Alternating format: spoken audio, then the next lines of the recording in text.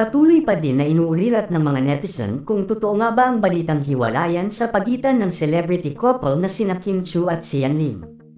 Lalo na ngayon na may lumabas na balitang third party umano ang dahilan ng kanilang paghihiwalay. Usap-usapan kasi ngayon ang tila pagkakamabutihan ng aktres na si Luis de los Reyes at Sian Lim. Makailang beses na kasing naspatan ang mga ito na madalas na magkasama sa ibang bansa.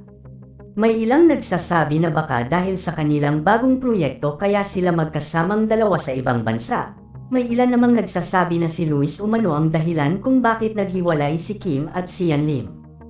May lumabas pang balita na buntis umano ngayon si Luis dahil makikita ang biglaang pagtaba nito.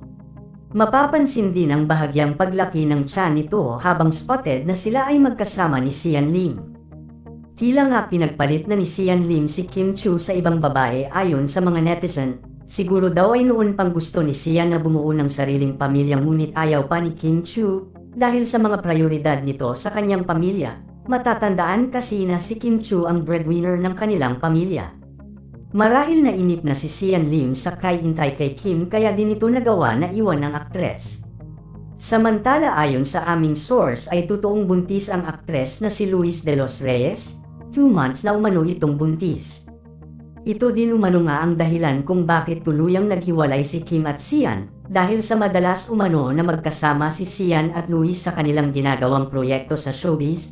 Tapos nawalan pa ng oras si Kim at Sian sa isa't isa, ay dito na umano nagsimulang magkaroon ng lamat ang kanilang halos isang dekadang relasyon. Ilang buwan na din umano ang nakakalipas simula nang maghiwalay si Sian at Kim, labis ding nasaktan si Kim sa naging pag-iwan sa kanya ng aktor ng ganon-ganon na lang at ipagpalit sa iba. Hanggang ngayon nga ay nasa status pa ng hilang si Kim Chiu sa nangyari sa kanila ni Sian, kaya naman kapansin-pansin ang lungkot ng kanyang mga mata madalas sa It's Showtime.